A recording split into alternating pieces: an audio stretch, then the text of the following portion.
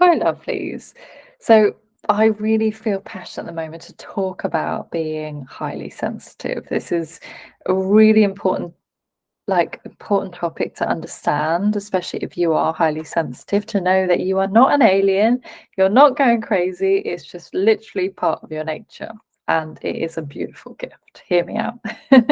So I'm just going to be talking about my experiences and how we can thrive as highly sensitive people in this overstimulating world, right? Because it is really overstimulating.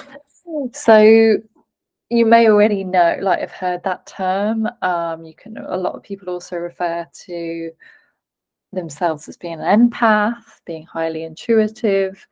There's many phrases, whatever you connect with. And I know a lot of people are resistant to labels. I totally get that. But also, it's quite important to know that you are highly sensitive. And this was a game changer for me when I found out, when I read the book. This is not the exact book. This is The Highly Sensitive Person in Love, but Elaine Aron did one, The Highly Sensitive Person. Highly recommend reading this. And I found this, I think, in about 2019. I think my auntie gave it to me. She's on that wavelength. And it really was like I felt so deeply seen and heard reading that book, right? All my life, I've been really, particularly growing up, I was really shy, I was really quiet. And I just found life was like overwhelming. I found that just everyday life just felt so intense. And I was like, why does everything feel so intense? And then I read this book about what it means to be highly sensitive, and I was like, this all makes sense. So you probably already know that you are if you're drawn to my work. Often people do know, but if you've only just found out you're highly sensitive, then welcome. And just know that you're not alone in that. And often, we can get told growing up, like, you're too sensitive. Or for me, it was like, you're so quiet, you never say anything. And I always internalized that as like, oh, it's a negative. Particularly on my school reports, it would say, oh, Hannah is so quiet, like she never offers answers and stuff like this.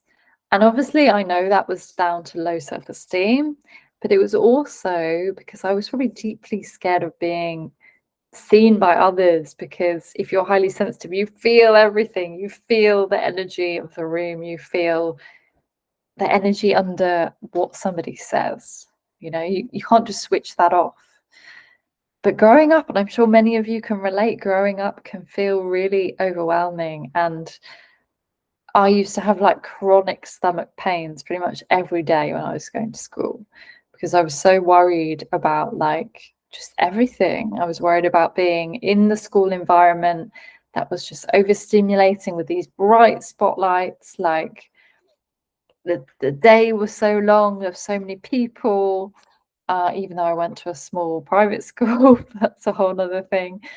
And it just felt so intense.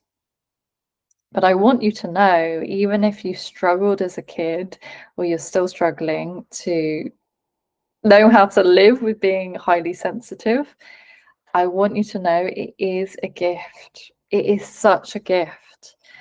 And I must admit, I used to see it as a curse, because I was like, I just want to turn it off. I want to turn it down, and I don't want to feel things so deeply. But the danger is when we do this, we switch off our feelings, we disassociate, we go into our head, we go into our imagination. And there's nothing wrong if you did that. It's just a coping strategy, like I did it too.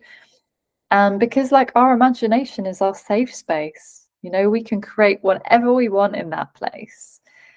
But also it means we can numb down, we can numb our feelings. And I know this is what I did. I'm sure that's what a lot of you guys can relate to. And so we sort of shut off a part of that sensitivity. And Oh, I could go on all day, but like the gifts of being sensitive and in tune is like you see the world in a whole different way. Like it's beautiful. I always say like the healers, the artists, the musicians, the poets of this world are probably all highly sensitive. Um, we just take things in on a more emotional level. Doesn't mean we're better, just means we're born with this nature and we just see the world in maybe in a more emotional way. Like for example, I went round a friend's house a couple of weeks ago to be guided through some beautiful somatic practices.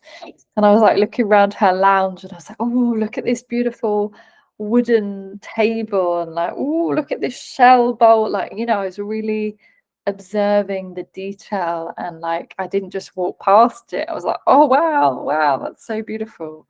And whenever I'm in nature, I'm always like, wow, look at this tree, or it's just connecting with life on a deeper level, right?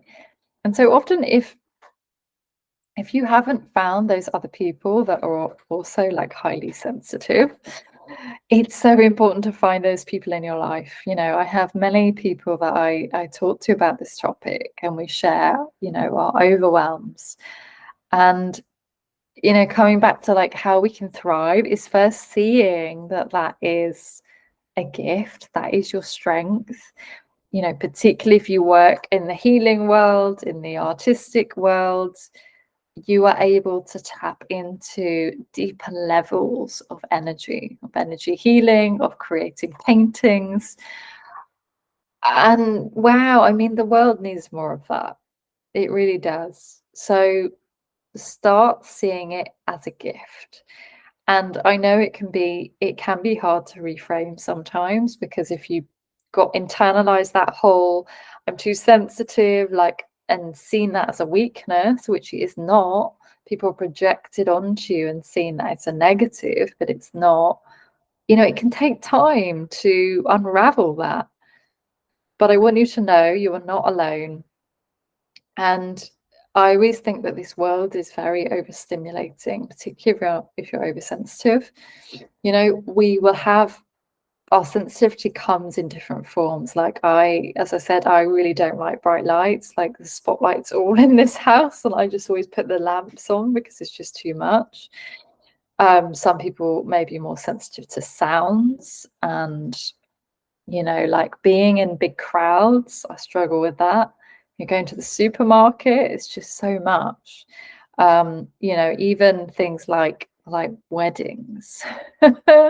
Most people love weddings, but it's something that I do struggle with, I will admit.